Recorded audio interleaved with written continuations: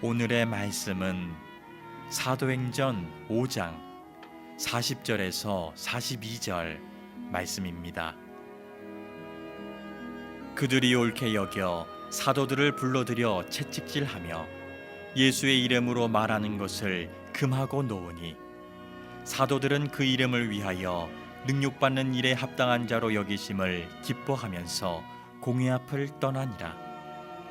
그들이 날마다 성전에 있든지 집에 있든지 예수는 그리스도라고 가르치기와 전도하기를 그치지 아니하니라. 아멘.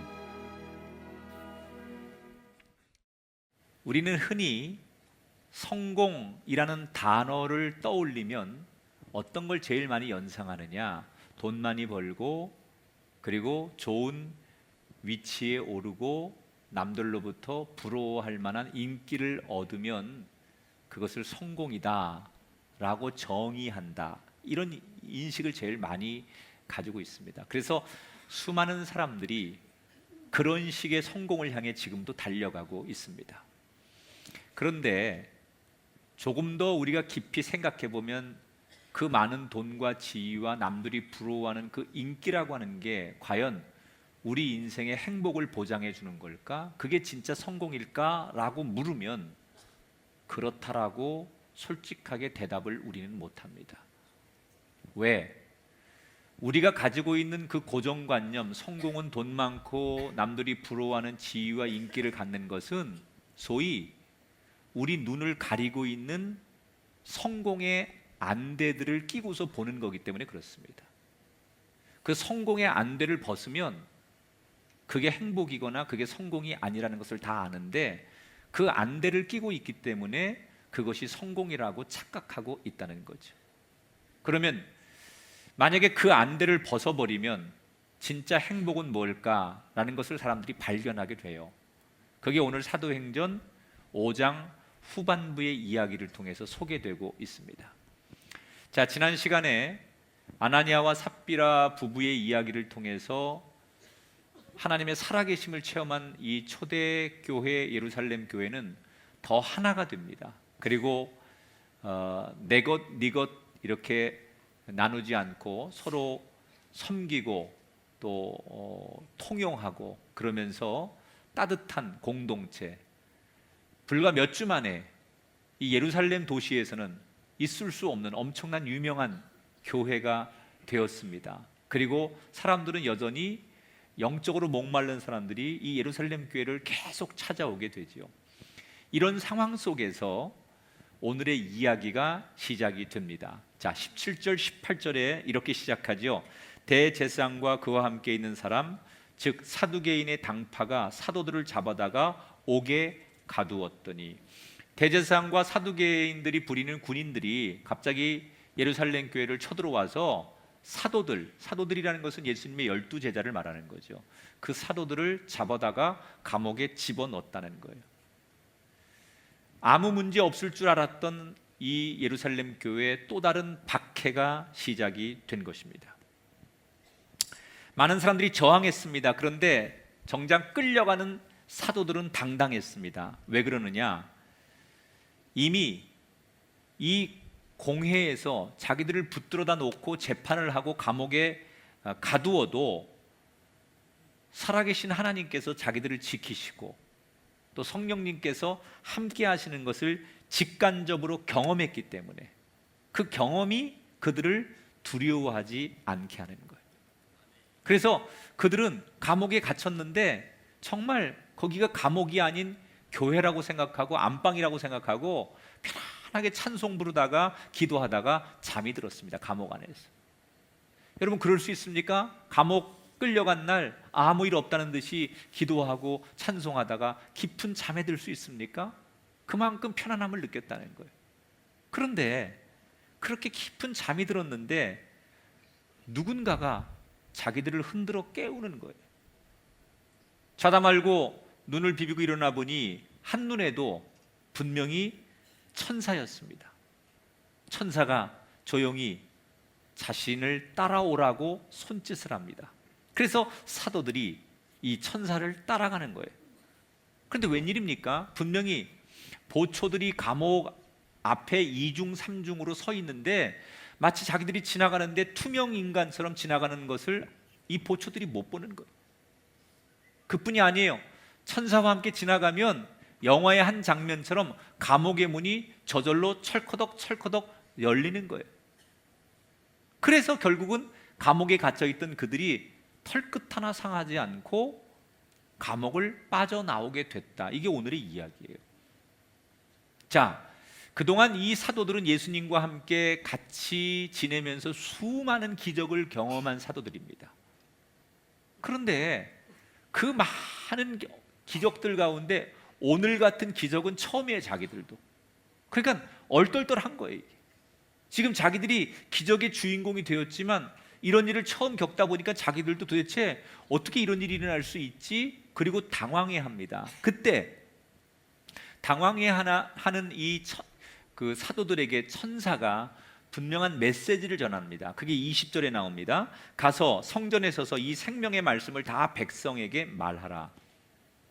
뭘 하라고요? 성전으로 가라는 거예요. 그리고 사명대로 복음 전하라는 거예요. 왜 이런 기적을, 평생 한 번도 겪을 수 없는 이런 기적을 사도들에게 하나님께서 허락하셨느냐? 너희들 그냥 이 기적의 뒤에는 일상으로 돌아가서 잘 먹고 잘 살으라고 이런 기적을 주시는 게 아니라 뭐 하라고요? 사명 감당하라고. 여러분, 우리가 때때로 신앙생활하다가 정말 기도의 응답과 하나님의 축복과 은총을 경험할 때 그 하나님이 주시는 은총은 어떤 메시지냐면 여러분들에게 그것 가지고 사명 감당하라는 거예요. 그게 건강 문제든 물질 문제든 어떤 문제든 간에 그 극한 고통에서 여러분을 건져주시고 여러분에게 은혜를 주셨을 때는 하나님 앞에 사명 감당하라고 그런 기적을 주신 거예요. 그것이 여러분에게 하나님이 나에게 주시는 기회로 여기게 되길 주의 이름으로 축원합니다. 자, 그런데 여기서 저는 참 중요한 메시지 하나를 살펴보게 돼요. 하나님께서는 항상 정확한 순간에 개입하신다.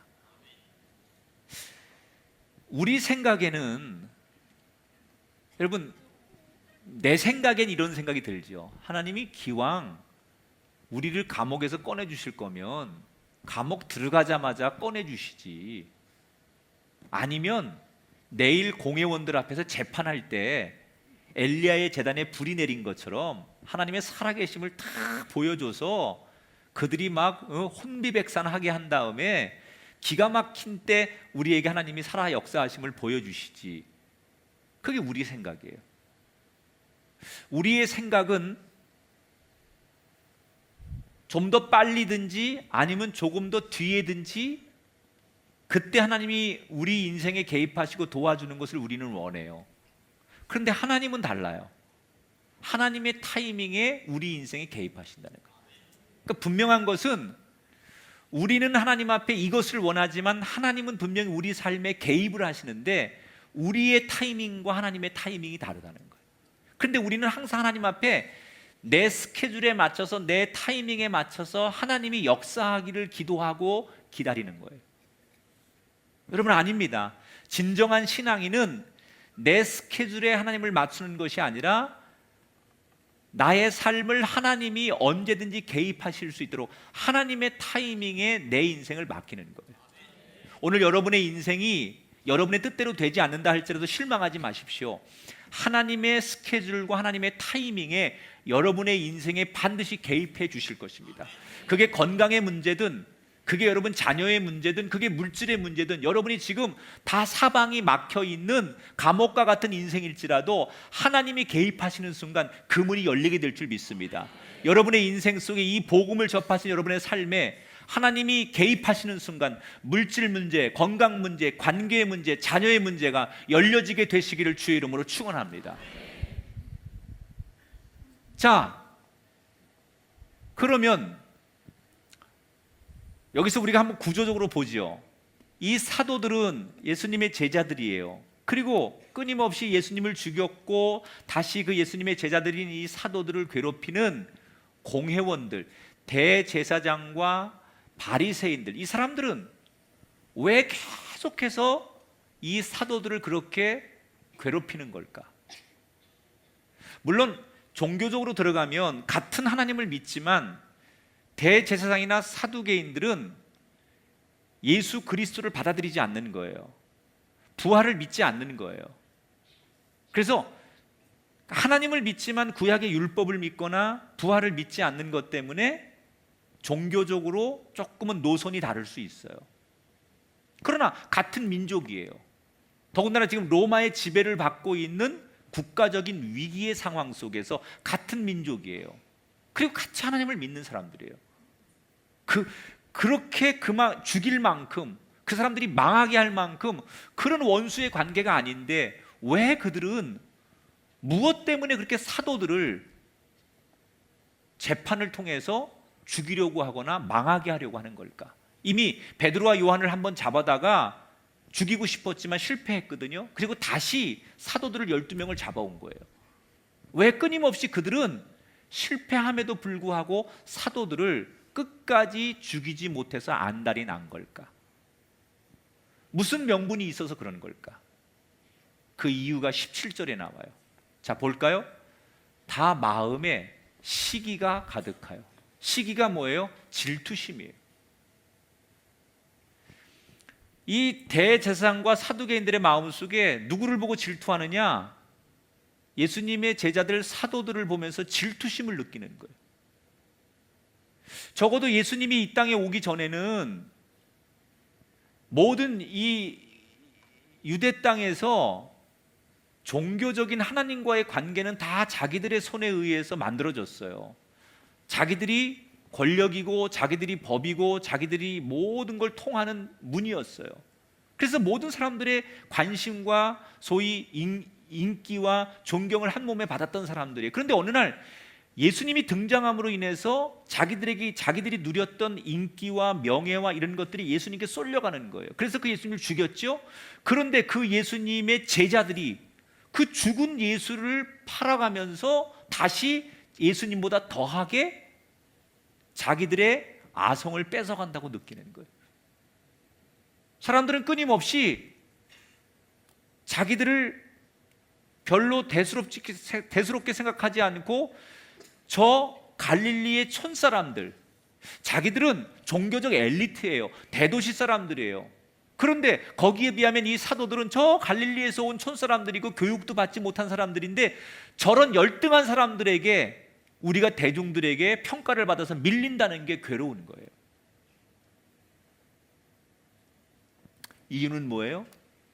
그들과 경쟁 관계에서 그들을 질투하고 시기하는 것으로부터 이런 역사적인 악순환을 이들이 반복하는 거예요.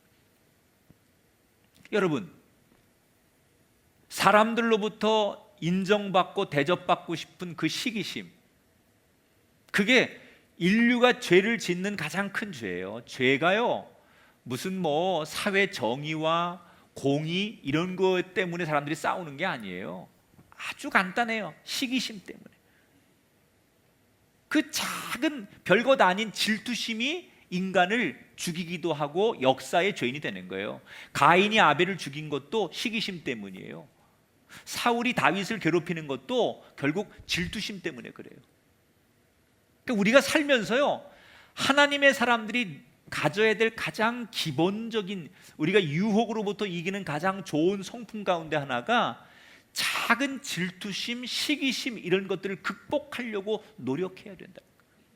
여러분, 그 인기에 연연하고 사람들의 그 평가에 연연했던 이 대제사장과 사두개인들을 하나님께서 어떻게 하십니까? 그들을 인정해 주셨습니까? 아닙니다. 오히려 그들의 인생을 낮추셨습니다. 반면에 사람의 인기와 상관없이 하나님이 원하시고 하나님이 가라고 하는 그 사명의 길을 갔던 예수님의 제자들 사도들을 하나님께서 결국 손들어 주셨고 높여 주셨어요. 우리 인생도 마찬가지예요. 하나님이 어떤 사람의 손을 들어주시느냐? 사람들과의 관계에서 인기 얻고 이겨보려고 하고 질투심으로 정복하는 사람을 하나님께서 손들어 주시지 않는다는 거예요. 그런 거와 초월하게 하나님의 길을 가려고 하는 사람들에게, 사람의 평가와 상관없이 하나님의 시선을 두려워하며 가는 사람에게 하나님의 손을 들어주신다는 거예요. 여러분, 성공의 안대를 벗어보십시오. 뭐가 행복이고 뭐가 성공입니까? 인기가 많은 게 성공이 아닙니다. 사람들에게 높은 점수를 받는 게 행복이 아닙니다. 사람들에게 주목받는 건 물거품과 같은 거예요. 2014년도에 미국에서 굉장히 큰 정말 미국 사람들을 경악해 했던 사건 하나가 있었는데, 미국 뉴욕에서 당시에 26살이었던 싱글맘이 구속되는 사건이 있었어요. 사건의 개요는 이렇습니다. 이 여인은 블로그에 굉장히 유명한 사람이에요. 왜냐하면 투병 중인 자기 아들의 이야기를 사진과 함께 글로 올려가지고 그 모성애를 이렇게 사람들에게 자극시켜서 굉장히 화제가 됐던 여인이에요. 자기 아들이 투병을 하는데 그 투병하는 아들의 이야기를 아주 상세하게 엄마의 마음으로 글로 옮겨가지고 블로그에서 굉장히 유명해졌어요. 그런데 이 아들이 죽습니다. 그러니까 부검을 했는데 부검 결과 이 아이의 병은 지속적으로 소금을 먹여서 생긴 병이라는 거예요. 누군가가 이 아이에게 소금을 먹여가지고 그 소금 때문에 생긴 병이어서 병을 앓다가 죽었다는 거예요. 누가 범인이었을까요? 바로 그 엄마였어요. 왜 그랬느냐? 유명해지고 싶었어요. 블로그에서 사람들한테 관심을 얻고, 사람들이 막 블로그에 대단하다, 당신 만나고 싶다, 당신 정말 보고 싶다, 이런 사람들에게 인기와 대중적인 그런 것들을 얻어가면서 그것이 자기 인생의 목표가 된 거예요. 그래서 그 아들에게, 어린 아들에게 치사량의 소금을 계속 먹여서 결국 그 아들을 병들게 하고 죽여버린 거예요.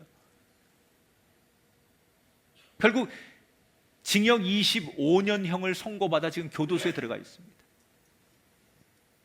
사람들이 여러분 박수 쳐주고 사람들이 엄지척하는 그 인기에 연연하지 마십시오. 사람들 때문에 웃고 우는 거 하지 마십시오. 그 대신에 하나님만 바라보십시오. 사명만 걸어가 보십시오. 모두가 등을 돌려도 사명대로 살면 하나님께서 도우십니다. 그런데 사람들이 아무리 100사람 1000사람이 여러분을 환영해줘도 하나님이 등 돌리면 아무것도 아니에요.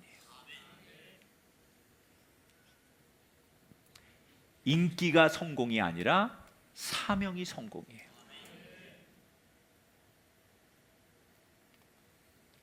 이렇게 감옥을 나온 사도들은 성전에서 나오자마자 말씀을 전합니다. 이미 새벽부터 예루살렘 교회 새벽 기도를 드리려고 많은 성도들이 모여 있는데 사도들이 천사의 안내로 풀려 나온 거예요. 그리고 설교를 해요. 한편 재판을 하려고 했던 사내들인 공회는 난리가 났습니다. 아침에 보니까 감옥에 있어야 될 죄수들이 온데간데 없어진 거예요. 병사들한테 물어봤는데 못 봤다는 거예요. 세상에 이런 황당한 일이 있습니까? 감옥 안에 있어야 될 사람들은 사라지고 아무도 못 봤다는데, 분통이 터진 이 공회원들이 다시 군사들을 풀어서 사도들을 찾기 시작합니다. 그런데 웬일입니까? 감옥 안에 있어야 될 이 사도들이 성전에서 설교를 하고 있는 거예요. 그래서 다시 설교하는 그들을 끌어내서 두 번째로 체포를 합니다. 교인들이 저항을 했겠죠? 그러나 사도들이 오히려 교인들을 진정시키고 당당하게 끌려가요. 여러분, 구질구질하게 끌려간 게 아니라 당당하게 끌려가는 거예요. 당당하게. 그리고 다시 공회에 가서 재판을 받습니다. 의장석에 앉은 대제사장과 그 70명이 넘는 사람들이 이 사도들을 놓고서 신문하기 시작하는 거예요. 야, 일전에 너희들 우리가 경고했지, 예수 얘기하지 말라고. 우리가 죽인 예수, 이미 죽은 예수를 다시 끄집어내서 예수 장사하고 이 세상 사람들을 현혹하고 하나님을 모독하는 너희들 한 번만 더 그러면 용서 안 한다고 했지. 왜 그런데 너희들 계속 우리 말을 거부하고 왜 계속 예수 얘기하는 거야? 그리고 그들을 신문하기 시작합니다. 그런데 여러분, 보통 이 재판관이라고 하는 것이 위험스러운 것이잖아요. 위험하잖아요, 재판관들이. 그리고 그 70명이 굉장히 권력 있고 능력 있는 사람들이 신문을 하니까 웬만한 강심장들도 여기에 참여하면 가슴이 쫄리는 거예요. 그런데 이 공회원들의 그 무지막지한 협박과 신문에도 지금 이 사도들은 당당히 맞섭니다. 조금도 거기서 주눅 들지 않고 또박또박 할 얘기 다 하고 어깨 쫙 펴고 똑바로 쳐다보면서 할 얘기를 다 합니다. 어떻게 그렇게 그들이 무슨 강심장을 가졌길래 그렇게 당당할 수 있을까? 이유는 하나입니다. 생사를 주관하는 진짜 힘은 하나님께 있음을 알고 있기 때문에. 그러니까 이게 진짜 힘이 어디 있는 줄 아니까 조금도 주눅이 안 드는 거예요.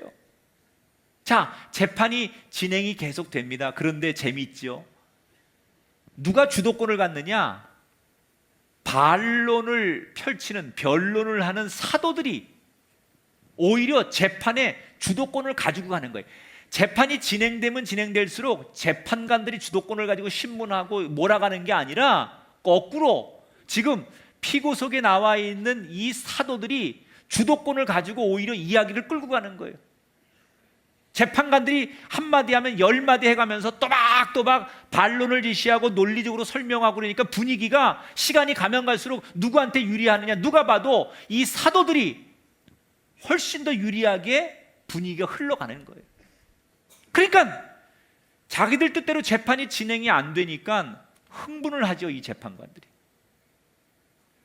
여기서 여러분 중요한 것 하나, 인생은 주도권을 결국 누가 가져가느냐. 보세요, 우리가 돈과 나 사이에 주도권을 누가 지느냐. 돈이 우리 인생을 주도권을 딱 지면요, 돈이 나와의 관계에서 돈이 주도권을 쥐고 나를 끌고 가기 시작하면 사람은 참 유치해집니다. 돈 때문에 그 돈에게 주도권을 뺏기는 순간 우리는 양심, 가치, 무슨 그런 우애, 사랑 이런 게 없어요. 돈이 우리 인생의 주도권을 딱 쥐고 가면 그때부터 우리는 돈의 노예가 되고 돈 때문에 팔려다니기 시작하고요, 주일도 없고요, 우리가 교인이라는 것도 없고요, 무슨 부부관계, 자식관계 이런 것도 다 말살당합니다. 그런데 거꾸로 내가 돈과의 관계 속에 주도권을 내가 가지면요, 내가 이 돈을 마음대로 부립니다. 이 돈 손해를 봐도 내가 주도권이 있으니까, 내가 상관하지 않으니까, 내가 이 돈 때문에 끌려다니지 않으니까, 주도권이 내게 있으니까 돈의 노예가 되지 않는 거예요. 여러분, 멋진 그런 인생이 되시기 바랍니다. 주도권을 빼앗기지 말고, 권력과 인기도 마찬가지예요. 그것이 주도를 해서 내 인생을 끌고 가면 우리는 권력과 인기 앞에 끌려다닙니다. 그러나 내가 주도권을 가지고 권력과 인기를 끌고 다니면 진짜 멋있는 사람이 되는 거예요.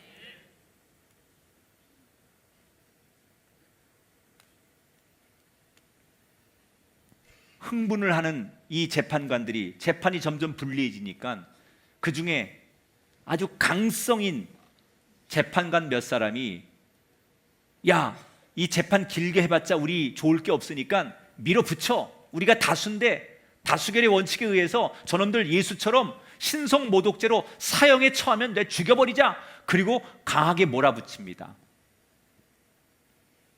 이 강성인 재판관들의 이 주장에 남은 재판관들이 마치 광기 어린 집단처럼 다 동의를 합니다. 그래서 사도들을 죽이는 걸로 마음을 모읍니다. 그래서 재판이 굉장히 위험하게 가는 거예요. 이렇게 광기에 잡힌 재판이 막 진행되고 있을 그때, 그 순간에 한 사람이 갑자기 손을 딱 들더니 재판관에게 발언 기회를 달라고 요청합니다. 자, 이 사람이 어떤 사람이냐? 34절 35절에 보면, 바리새인 가말리엘은 공회 중에 일어나 명하여 사도들을 잠깐 밖에 나가게 하고 말을 하더라. 자, 이 사람이 누구냐? 가말리엘이라고 하는 사람이에요. 이 사람 가말리엘이라는 사람은 어떤 사람이냐? 율법학자예요. 보통 랍비라고 하죠. 이 유대인들은 율법 공부하는 걸 최고의 학문으로 생각해요. 그런데 당시에 율법 학자들이 양대 산맥이 있었는데 그 중에 힐렐 학파의 대학자, 리더, 이 사람이 가말리엘이에요. 굉장히 학문적으로도 깊은 사람이지만 학문적으로만 깊은 것으로 끝나지 않고 이 사람은, 이 가말리엘이라는 사람은 평상시에 언행과 인품이 모든 사람들에게 존경을 받는 사람이에요. 여러분, 이런 거 있잖아요. 무슨 말을 하느냐가 중요한 게 아니라 누가 말하느냐가 중요한 거예요. 그죠? 어떤 말을 잘하느냐가 아니라 누가 말을 하느냐에 따라서 그 이야기가 사람들에게 전달이 되는 거예요. 만약에 가말리엘이 아닌 평상시에 사람들에게 존경도 안 받고 무시당하는 사람이 재판관님 내가 할 말이 있습니다 그리고 얘기한다면 아무도 그 사람 얘기에 귀를 기울이지 않았을 거예요. 그런데 누가 손을 든 거예요? 지금 모든 사람들이 존경하고 평상시에 함부로 할 수 없는 가말리엘이 손을 들고 내가 이 재판에 대해서 할 말이 있습니다. 우선 피고인들을 바깥 내보내 주시고 내가 재판관들에게만 할 말이 있으니까 시간을 주십시오. 그랬더니 그 흥분했던 재판관들이 흥분을 가라앉히면서 모든 사람들이 함부로 이 가말리엘의 제안을 거절하지 못하고 사도들을 밖에 내보내고 가말리엘의 얘기를 듣기 시작하는 거예요. 여러분이 살아가는 공동체 속에 이 한 사람이 되시기 바랍니다. 모두가 광기 어린 막 그런 재판관처럼 흥분해 가고 세상적으로 갈 때 여러분 차분하게 손들어 여러분이 던진 한마디가 모든 사람을 잠재우고 그 분위기를 압도할 수 있는 그런 정말 권세 있는 입술과 삶이 여러분에게서 나오게 되시길 주 이름으로 축복합니다. 가말리엘이 사람들을 내보내고 재판관들에게 뭐라고 얘기하느냐. 자, 옛날에 과거에 드다라는 사람하고 유다라는 사람이 있었습니다. 이 사람들도 반란을 일으켜서 수백 명의 사람들이 이 사람들을 따랐던 적이 있었습니다. 그러나 시간이 지나자 막 그때는 이 사람들이 진리인 줄 알고 막 쫓아갔다가 드다라는 사람, 유다라는 사람을 쫓아갔다가 시간이 지나니까 그게 다 그냥 자연스럽게 다 끝났습니다. 자, 이렇게 옛날 과거 이야기를 들춰내면서 가말리엘이 하고 싶은 얘기가 뭐냐? 38절 39절에 이렇게 얘기합니다. 이 사람들을 상관하지 말고 버려두라. 사람으로부터 났으면 무너질 것이요 만일 하나님께로부터 났으면 너희가 그들을 무너뜨릴 수 없겠고 도리어 하나님을 대적하는 자가 될까 하노라. 자, 무슨 얘기냐? 과거에도 이렇게 반란을 일으켰다가 그게 뭐 하나님의 뜻이다, 하나님이 보내서 하는 거다 이렇게 이단의 앞잡이처럼 했던 사람들이 그때는 막 사람들한테 인기를 끌었지만 시간이 지나니까 하나님이 한 게 아니고 인간이 만든 건 자연스럽게 없어지더라. 그게 지금 사도들은 분명히 하나님이 하시는 일이라고 하고 재판을 하는 이 대제사장들은 이게 하나님을 모독하는 일이라고 하고 서로 싸우니 내가 볼 때는 이렇게 재판하면 안 되겠고 조금 냉정을 되찾자. 당신들 저 사람들을 이렇게 막 형평성 없이 재판을 진행해서 죽여가면 안 된다. 이런 재판은 없는 거다. 그러니 조금 시간을 두고 저 사람들의 주장을 조금 더 객관적으로 우리가 한번 점검해보고 기다려보자. 만약에 사람들이 한 일이라면 당신들 얘기가 맞을 거고 진짜 저 사람들이 하나님이 하시는 일이라면 저 사람들을 어떻게 우리가 할 수 있겠느냐. 그러니 너무 흥분하지 말아라. 여러분, 이 가말리엘이 물론 예수님을 받아들이고 사도들의 편에 선 건 아니에요, 신앙적으로. 그러나 이 가말리엘이 지금 흥분한 이 재판관들에게 주는 메시지가 뭐냐? 너무 경쟁 관계에서 인기의 관계에서 이기는 게 전부가 아니라는 거예요. 지금 이 재판관들은 저 촌것들 라이벌이라고 생각하는 저 사도들을 어떻게든지 이기는 게 목표예요. 그게 성공이라고 생각해요. 그게 당면의 과제요, 행복이라고 생각하는 거예요. 어떻게 하면 저 사도들을 무너뜨리고 이길까? 이게 그들의 목표예요. 그런데 가말리엘이 뭐라고 말해요? 이기는 게 중요한 게 아니라 하나님의 길인지 아닌지를 구분하는 게 중요하다는 거예요. 사랑하는 여러분, 무엇이 성공이고 무엇이 행복한 인생입니까? 우리는 성공하려면 상대방을 이겨야 되고 꺾어야 된다고 생각해요. 그래야 성공해요. 그게 기업이 됐든 취업이 됐든 입시가 됐든 운동 경기가 됐든 뭐든지 우리는 경쟁에서 이겨야만 그게 성공하는 거고 그게 챔피언이 되는 거고 그게 행복한 거라고 생각해요. 그래서 어떤 사람은 그 공식에 의해서 이기기 위해서 심지어 부정한 방법을 써서라도 1등이 되려고 합니다. 근데 여러분 정말 이기면 행복합니까? 이기면 다 성공하는 겁니까? 절대로 그렇지 않아요. 제가 역사적인 예를 하나 들을게요. 1942년도 나치 독일이 우크라이나의 수도인 키예프를 점령하게 됩니다. 이때 독일 나치군들이 게르만족의 우수성을 보이기 위해서 키예프에 축구단이 있었는데 그 축구단과 독일 경찰팀의 축구 경기를 개최하게 됩니다. 그리고 뒤로 가서 이 키예프 축구단에게 이렇게 협박하는 거죠. 무조건 독일이 이겨야 된다. 너희들 져야 된다. 만약에 너희들이 이 경기에서 지지 않으면 너희들 가만두지 않겠다. 협박을 합니다. 그런데 이 키예프 축구단은 국민들이 다 보고 있는데 지금 나라를 빼앗겨가지고 상실감에 젖어 있는 이 국민들에게 용기를 주고 싶은 거예요. 그래서 독일 군들의 협박에 굴하지 않고 더 열심히 뜁니다. 전반전에 이겼어요. 하프타임 때 나치가 또다시 협박합니다. 그러나 이 키예프 축구단 선수들은 굴하지 않습니다. 그리고 후반전이 끝났을 때 경기 결과가 5대3으로 키예프 축구단이 독일 경찰팀을 이기게 됩니다. 물론 경기 후에 선수들은 다 체포당하고 고문을 받다가 5명의 선수들이 죽게 돼요. 결국 이 일이 알려지면서 지금까지 이 키예프 축구단은 국민들에게 사랑받는 축구단으로 건재하다는 거예요. 여러분, 바른 길로 가지 않으면 그 승리는 결코 답이 될 수 없어요. 이기는 게 성공이 아니라 바른 길로 가는 게 성공이에요. 여러분, 그 바른 길은 뭔가요? 바른 길은 인간이 제시하는 길이 바른 길이 아니에요. 하나님이 제시하는 길이 바른 길이에요. 왠 줄 아세요? 인간은요, 아무리 정의롭고 공의롭고 아무리 확실한 원칙을 가져도 인간은 어제 다르고 오늘 다르고 내일 달라요. 그게 인간이에요.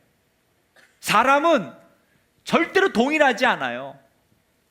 어느 상황 앞에서 이렇게 주장했다가 이렇게 생각했다가 어느 상황이 되면 내일이면 변하고 모레면 변하고 끊임없이 사람은 그때그때마다 가치관과 생각이 변해요. 그러나 하나님이 제시하는 길은 어제나 오늘이나 내일이나 영원하고 동일합니다.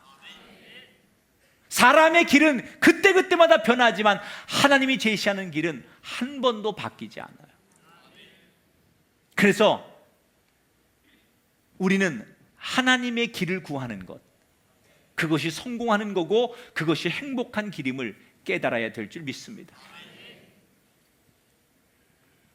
따라합시다. 1등에 집착하지 맙시다. 자, 이 가말리엘의 지혜로운 발언으로 사내들인 공예는 이성을 되찾게 돼요.